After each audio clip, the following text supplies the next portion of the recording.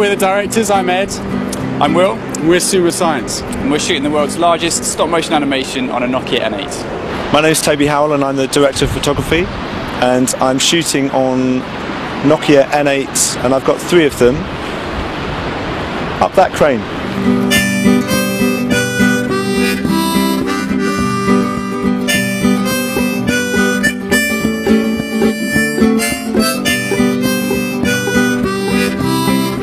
So after shooting the world's smallest stop-motion film, our brief was to shoot the world's largest stop-motion film. So the story is, man catches fish, man becomes bait for bigger fish, man gets swallowed by bigger fish, man accidentally sets off chain reaction and gets spat out of bigger fish.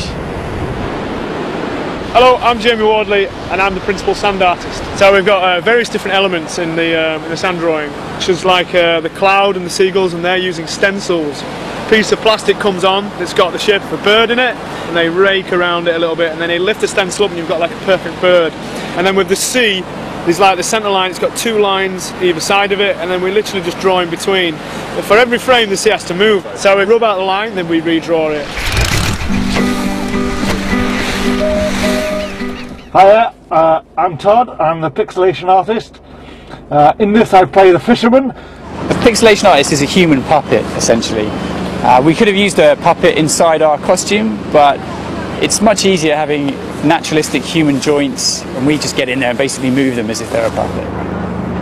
That over the course of the next 16 hours, we'll do about 20 seconds of actual screen time. With all these bodies here all scurrying around, the time-lapse cameras will show this amazingly as the whole thing develops. It's like a sort of amoeba that stretches and closes, and each time it moves away, just a little bit has changed.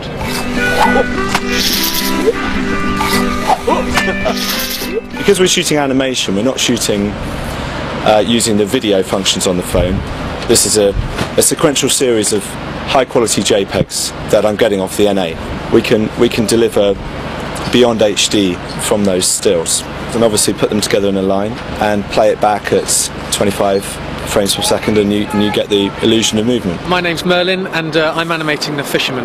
Normally I'm the creative director of Wallace and Gromit at Aardman. After years of animating in the dark studio, the chance to come out and try and do something out in the open, it was just something I couldn't say no to. It's the first job that we've had that we've had such a huge team on. Usually it's me and Will in the studio in a tiny unit where we're kind of just, it's just us. We control everything.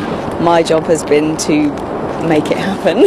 We're obviously used to shooting indoors in a dark studio for 3 weeks, so to shoot for 5 days on a beach is completely different and needs a complete rethink for kit and crew. If someone said you come and do animation outside, you're going to be stupid. But I think that's a wonderful thing about this, is that we're attempting something that shouldn't really be possible.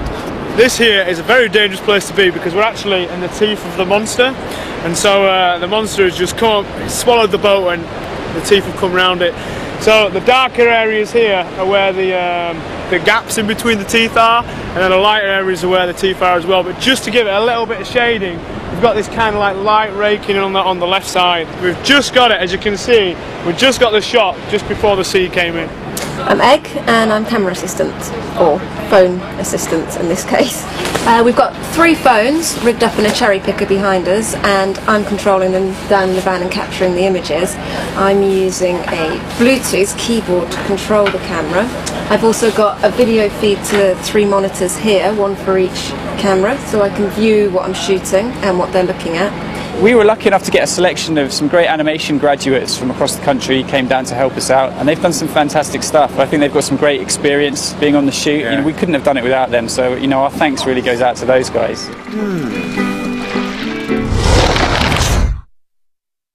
So tonight is the internal shot where our fisherman gets swallowed by the monster. So we're basically lighting him from a whole series of lights suspended by cranes, creating the kind of internal space inside the stomach.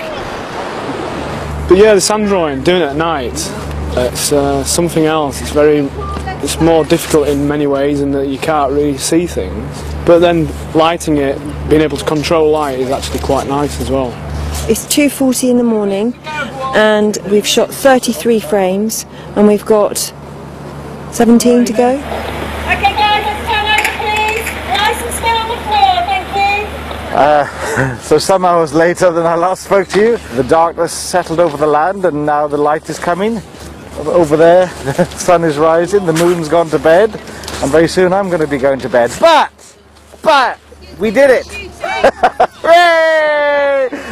The fisherman has been blown out, and finally, I'm back to me.